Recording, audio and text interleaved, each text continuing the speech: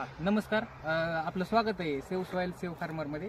या उपक्रमामध्ये आपण आज आलेलो आहे तालुका येतोय सिन्नर, जिल्हा नाशिक येतोय आणि गाव येतोय बेलू. तर या गावामध्ये आलेलो आहे. शेतकरी दादांनी आपल्या टोमॅटोसाठी काय प्रोडक्ट वापरले होते, खालून पण दिले होते आणि वरनं पण स्प्रे घेतला होता. तर आपण त्यांच्याकडूनच ऐकून घेऊ, कारण की त्यांना बऱ्याच वर्षाचा अनुभव आहे की टोमॅटोचा, की ह्याच्यामध्ये काय बदल झालेला आहे. सर नमस्कार. नमस्कार. काय आपला अनुभव आहे की बाबा आपण काय प्रोडक्ट खालनं पण दिली होती?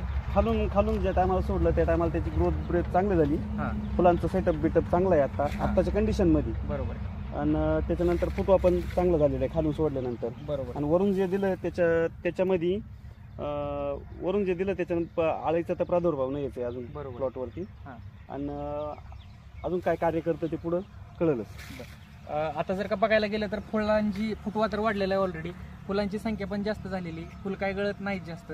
दुसरी गोष्ट अशी आहे की बाबा जर का आपण खालनं जर का बघायला गेलो तर इकडे पण दाखवू शकता तुम्ही की ह्याच्यामध्ये मुळ्यांची संख्या जर का बघायला गेलं तर आपण खाली भरपूर मुळ्या वाढलेल्या आहेत. मग जर का मुळे जर का एवढ्या वाढलेल्या असतील तर आपल्याला रिझल्ट आपल्याला वरती दिसतोच आहे. तर आपण खालनं जर का बघायला गेलं तर सॉइल केअर दिलं होतं, सनगार्ड दिलं होतं आणि त्याचबरोबर वरनं स्प्रे दिला होता, बूस्ट, सनशिल्ड, प्रोटेक्टर आणि सनस्टिक. खालनं आपण स्टिकर पण दिलं होतं. एवढ्याच आपली काय प्रोडक्ट वापरली आणि एवढा असा जबरदस्त असा रिझल्ट आलेला आहे. तर सर तुम्हाला काय वाटतं की जेणेकरून तुम्ही स्वतः एवढा अनुभव घेतलेला आहे तर लोकांनी वापरलं पाहिजे का नाही? वापरलं पाहिजे ना. जोपर्यंत शेतकरी स्वतः वापरत नाही तोपर्यंत अनुभव येतच नाही.